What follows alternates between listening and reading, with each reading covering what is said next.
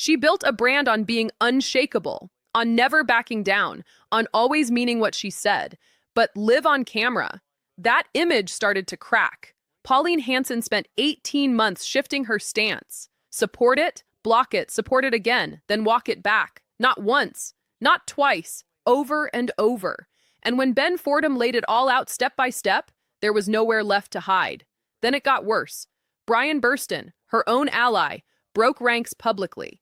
That's not politics. That's a fracture. That's a warning sign. And right there, under pressure, came the moment that changed everything.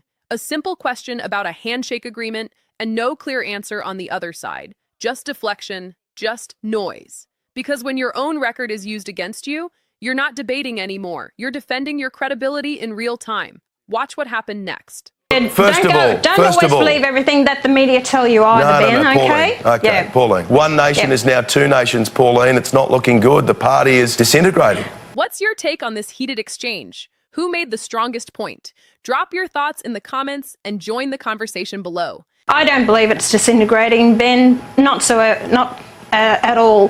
The whole fact Brian has gone to the media today and he's stated his case that he was going to support the corporate tax cuts. When I rang him along with Peter Giorgio on Monday morning, I discussed it with them both, and I spoke to Brian for 9 minutes on my phone. At 9 minutes past 10, I explained it to him, my reasons why. He said, I've got no problem with it whatsoever. Okay, Peter Giorgio backed it as well. Then I went to the media, and he didn't show me the same courtesy whatsoever, and he actually went to the media and he put it out there that he's going to vote for it. So I'm very disappointed with it. I don't believe he was courteous enough to explain to both his other colleague, Peter Giorgio, with regards to this matter. The Senator Brian Burston, the One Nation Senator, well, he's One Nation at the moment. We don't know how long he'll be a One Nation Senator. He says he was blindsided by the latest decision. And he said, once I make a handshake with somebody, that is it. I stick to my word. What do you say in response? Yes, okay. Well, when we actually did the agreement, which was last March, we've had the budget that was handed down. On reflection of the budget, there is nothing in it to actually address the multinationals not paying their taxes in this country. Ben, if we don't start doing something about the national debt that we have, we will never get ourselves out of it, and we will hand it on to the future generations. What I've been on about is the multinationals. Let me just put it to you and your viewers. We have now 39 fossil fuel companies, multinationals in this country, who took out $71.9 billion worth of revenue and not 1 cent in tax. They want to open up the floodgates for the multinationals to come down. They're not on the same level playing field as Australian companies, and so they're actually taking them over. And then they're taking the money out of the country. Pauline, you brand yourself as someone who is fair dinkum with people, right? That's been part of your appeal with the electorate, that you tell it how it is, and when you say you're going to do something, you're going to do something. Did you shake hands with Matthias Cormann and agree to support the company tax cuts? I did agree with Matthias Cormann on this. I certainly did.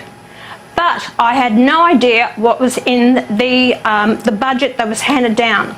And I have to be responsible to the people of Australia.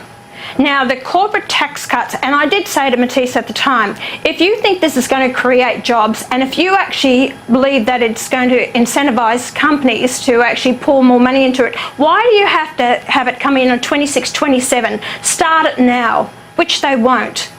People need a helping hand, and companies do. But I supported the government. They only wanted to go to $10 million turnover, but I actually got it at $50 million turnover, and that is implemented. That's there. Pauline, this is coming down to a question. Pauline, this is coming down to a question of your word and your credibility. If you shook hands on a deal, and it looks like Brian Burston is saying, look, you put me in an uncomfortable position because we shook hands on a deal. I don't want to walk away from that deal. How can you justify walking away from shaking hands on that? Because, Ben, that was prior to the budget being handed down. There's a lot of things too. I was misled by the government and a lot of these things that I don't believe they were going to implement them and do what they believed, what they told me, which will need to come on the floor of Parliament. Well, well, well. Pauline Hanson didn't just face tough questions on the Bolt report. She walked straight into a full-blown credibility crisis live on camera. This wasn't really about tax cuts anymore, and it definitely wasn't just about policy. This was about trust, and you could feel that trust slipping in real time as the interview went on. For 18 months, the position kept changing. Support it, block it, question it, support it again, then oppose it. Not once, not twice, but over and over again. And when Ben Fordham laid everything out step by step, there wasn't a clear answer waiting on the other side. What followed was deflection, justification, and a lot of noise that didn't really resolve the core issue. At the same time, this wasn't happening in isolation. Brian Burston breaking ranks publicly changed the entire tone of the situation. When someone inside your own party goes straight to the media and openly disagrees, that's not just a minor difference of opinion. That's a serious internal fracture. It shifts the conversation from policy disagreement to leadership stability. And that's where the real pressure started to build. You can't build a political identity around being direct and consistent, telling people you always keep your word, and then spend a year and a half moving back and forth on a major issue. Voters might not follow every policy detail closely, but they do notice patterns, and inconsistency is one of the fastest ways to lose confidence. The moment that really stood out was the discussion around the handshake agreement. When the question became direct and specific, the response didn't fully defend the original position. Instead, it leaned on changing circumstances after the budget, which shifted the argument away from principle and toward justification. That kind of shift tends to raise more questions than it answers. Inside the party, the situation doesn't look calm either. There's talk of defections, frustration, and internal disagreements becoming public. That kind of environment suggests pressure building beneath the surface, and once those cracks start showing publicly, it becomes much harder to maintain a sense of unity. What made this moment particularly impactful is that the challenge didn't come from opponents or outside criticism, it came from her own record being presented back to her. When that happens, it's difficult to redirect the narrative because the focus stays on consistency over time rather than a single argument in the moment. At that point, the bigger question naturally starts to emerge. If the position keeps shifting depending on the situation, people begin to wonder what the stable position actually is. And once that question takes hold, it tends to stay in the conversation moving forward. So now the discussion isn't just about tax cuts or internal disagreements. It's about whether this is a temporary political moment or the beginning of a deeper divide within the party.